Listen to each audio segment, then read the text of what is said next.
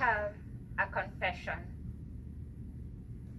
I have been in an affair since I was 17 years old. I wish I could talk about butterflies in my stomach or maps I drew.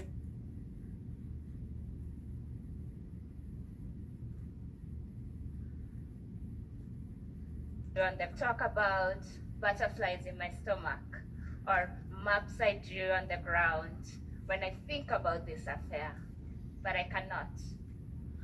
I wish I could talk about sweet words spoken or gifts that I received from this affair, but I cannot. Or gifts that I received from this affair, but I cannot. All I can tell you about is the aftermath. About days I spent constantly asking, why me?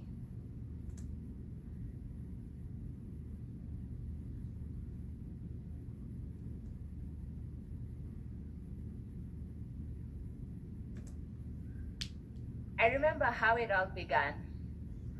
I was in my final year of high school, and my class had just won in the sports, so we were singing and dancing and hugging each other. I went and took a shower, then I went for dinner. And when I sat down to eat, my teeth started chattering. And when I sat down to eat, my teeth started chattering. I went and took a shower, then I went for dinner. And when I sat down to eat, my teeth started chattering. And so I couldn't put the spoon in my mouth. And I rushed to the nurse's office. And because I couldn't talk, I just pointed at my mouth. And she didn't know what was happening. So she told me to lie down, and it worked. After a few minutes, the chattering stopped, and I was about to dash out. And she told me, she insisted that I go up to the dormitories to sleep. Here I was in my final year of high school, just a few months from doing my end of high school exams.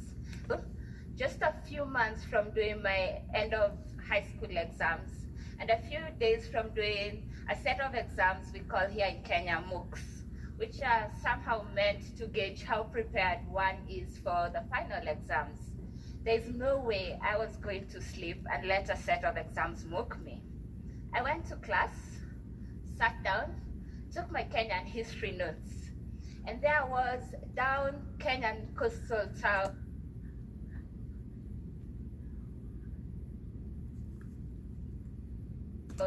With the great Mekatilili Wamenza, the Giriama woman who led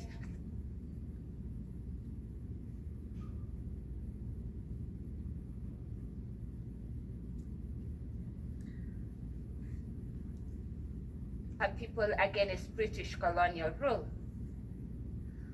Then, without any notice, my left hand started jerking. And it was as if I was marking imaginary papers. And in and out it went. And with every stroke, one by one, my classmates stopped concentrating on their reading and started looking at me. And I tried really hard to stop it, but it couldn't, because it had a life of its own. And then, when it was sure everybody was looking at us, in its final show and official introduction, I had my first full-blown seizure, which was the beginning of what has been a 15-year-long affair.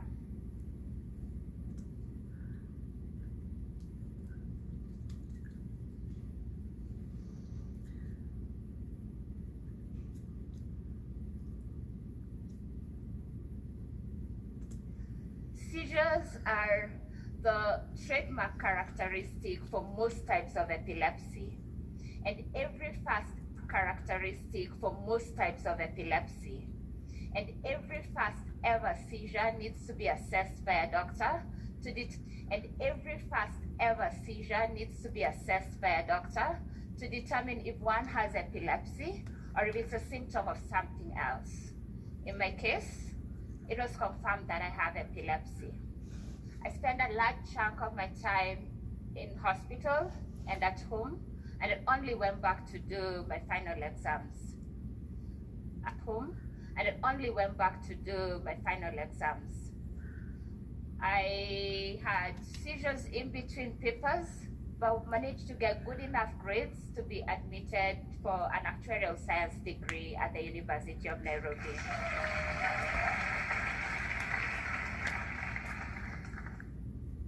Admitted for an actuarial science degree at the University of Nairobi.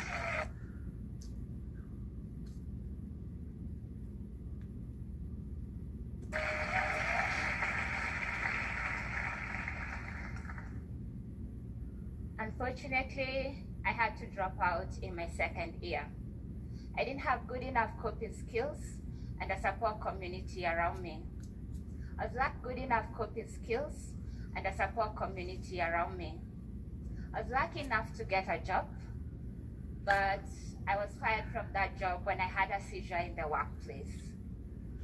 So I found myself in a space where I was constantly asking myself why this had to happen to me.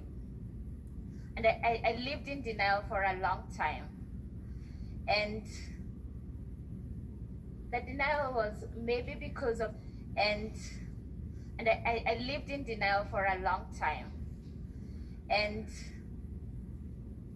the denial was maybe because of the things that had happened, dropping out of school and being fired from a job.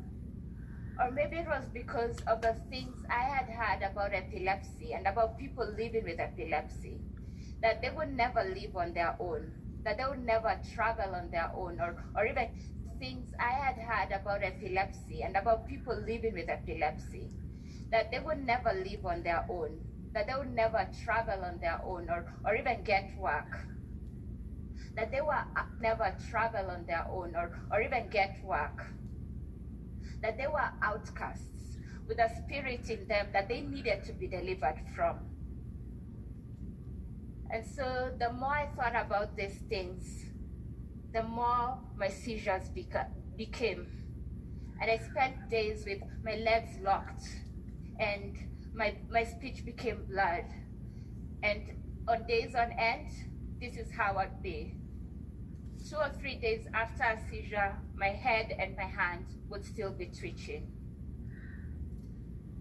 I felt lost, like I'd lost everything. And sometimes,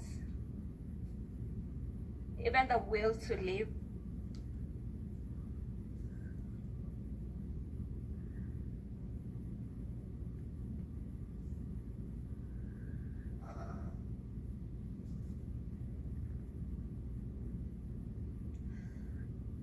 I had so much frustration in me.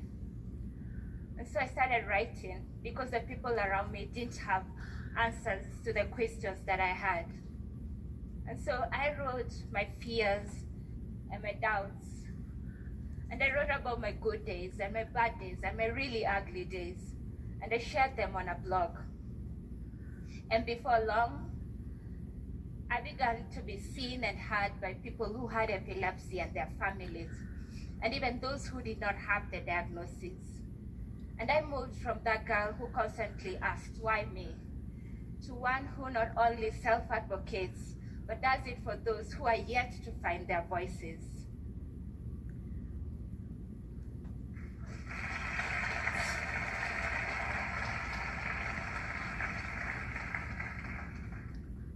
My seizures have greatly reduced from 2 to 3 times a day to sometimes 2 to 3 times in 1 year. I went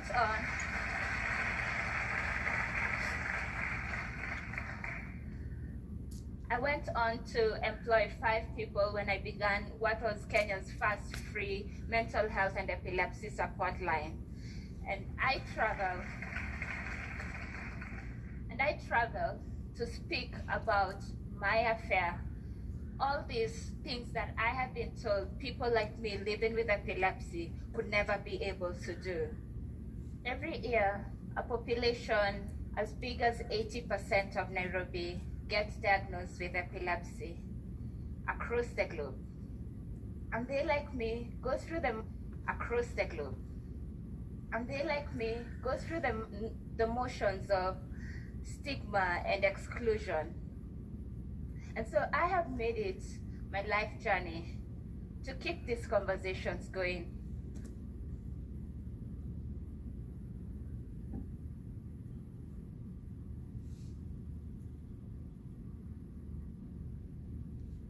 And I keep confessing about my affair so that those people who do not have the diagnosis might know and might have a constant reminder that it is all right to engage with people like us, that as long as they pull down the